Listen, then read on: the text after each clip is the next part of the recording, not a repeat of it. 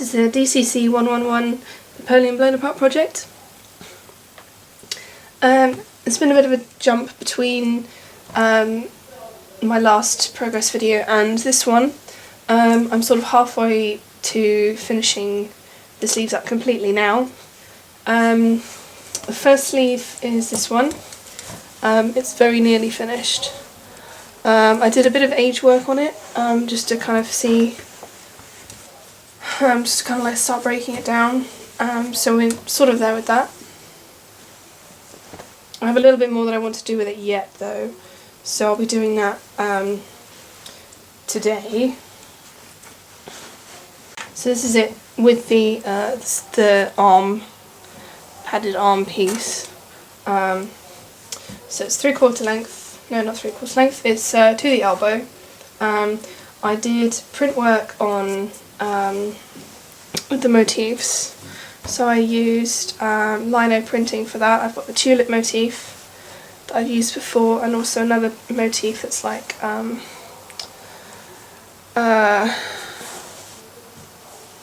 not really sure what it is. It's sort of like floral, kind of reminds me of like wheat or something. It's a motif that I picked up when I was doing my initial research. I think it works quite well. I did that with lino printing, so I've got the linos that I cut just here. They didn't take too long. I had to paint on the paints by hand because of the colours used, so it took a lot longer than I was expecting it to. But that's fine because it came out quite well. Only thing is, I should probably have marked out the spacing before I started printing, because it's harder to see now, so it doesn't matter too much, but they're sort of like wonky lines, and there's bits where, like here, where the inks have kind of bled over into other areas, so I need to take more time with that next time. Other than that, it worked pretty well. They are water-based though, the paints, so I think if I did it for an actual garment I'd want to get some proper fabric paints to use, or some fabric medium of some kind. So yeah, so the construction went fairly well with this. Because of how thin the fabric is, under here is another layer of this muslin. So I've got the calico as the base layer, then a layer of the muslin just as a straight sleeve, and then the ruffle sleeve on top. So that gives me a bit more flexibility with the thickness of it. These bands I put on separately. I took a while to embroider them. I've got, again, it's a motif I found in one of the motif books for my initial research. It's got gold scroll work, sort of a bit of gold work, there's some beading in there, and then sort of like leaf patterns. God, the lighting is awful, I'm so sorry. So that came out really well, I'm quite pleased with that. Obviously it's or if sandpapered it, it's gone a bit funny now, which is a shame, but I suppose that's the whole point of this project. The bottom one I didn't embroider in the end. I thought it looked a bit too busy with, it would look too busy with both, so I left the bottom one plain. I've chosen to age this one directly because the fabric is so thin. It would be more difficult to sew on removable patches with the like distressing and aging techniques on, so that's why this is directly I'm working directly onto this piece. I think it works better because the muslin itself is it's quite thin, it's quite lightweight, it like snags quite easily as well, which makes quite a nice effect.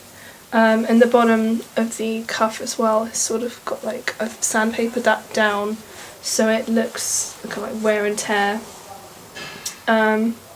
The only thing with the construction that annoys me is these don't match up.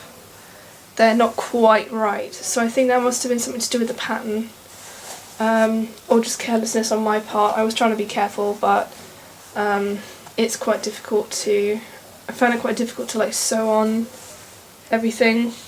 I think next time if I mark the edges on the base fabric first and then match them up that way rather than trying to rely on the original pattern meeting up properly. Other than that, it seems to be okay. The idea for this one was that she was walking, it's like butt's meant to be behind, so she was walking along and a piece of shrapnel caught her on the arm and kind of just cut her a little bit. I'm going to work back in and put some maybe some like scorch marks from, you know, like hot metal or shrapnel.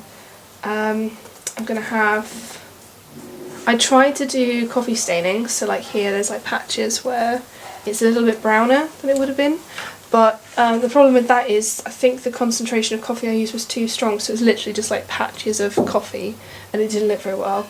So I soaked the whole thing in water, which did work. It sort of like dulled it out and made it just look a bit grubby, which is what I wanted. But the paints that I used for the motif pattern are water-based, so some of that came off, and some of it sort of like bled a little bit, like here. But it's not too noticeable, so I'll just have to keep that in mind for next time if I want to do anything like that. And yeah, so I like here, like it like it snags really easily, which I quite like because that makes quite a nice effect. I think in terms of for the stage, I think that works quite well because it's not, it doesn't look clean, which is what I wanted. And you can see it from a distance as well, so it's not so subtle that you can't see it at all. And I think with the Arcola Theatres production, it's quite up close and personal anyway, so the audience is a lot closer to the actors and actresses than they would be on like a bigger stage or anything like that. So I can kind of, I feel I can get away with more intricate, or slightly more intricate stuff like this. But I mean, even for a distance, it just gives texture and a bit of sparkle, which is what I wanted to do. So all I have to do left on this one now is finish the ageing process and then do the bias binding around the edge, which shouldn't take too long. I'm going to do that in a white cotton rather than this muslin, just because the muslin is very thin and it's not going to, I don't want it to kind of break down over time. That doesn't make any sense. I don't want it to wear down, or I just feel like it'd be too flimsy to make bias binding with as it is. So I've got some white cotton, I'm going to make some with that and then just do around the edges, and then that one's finished.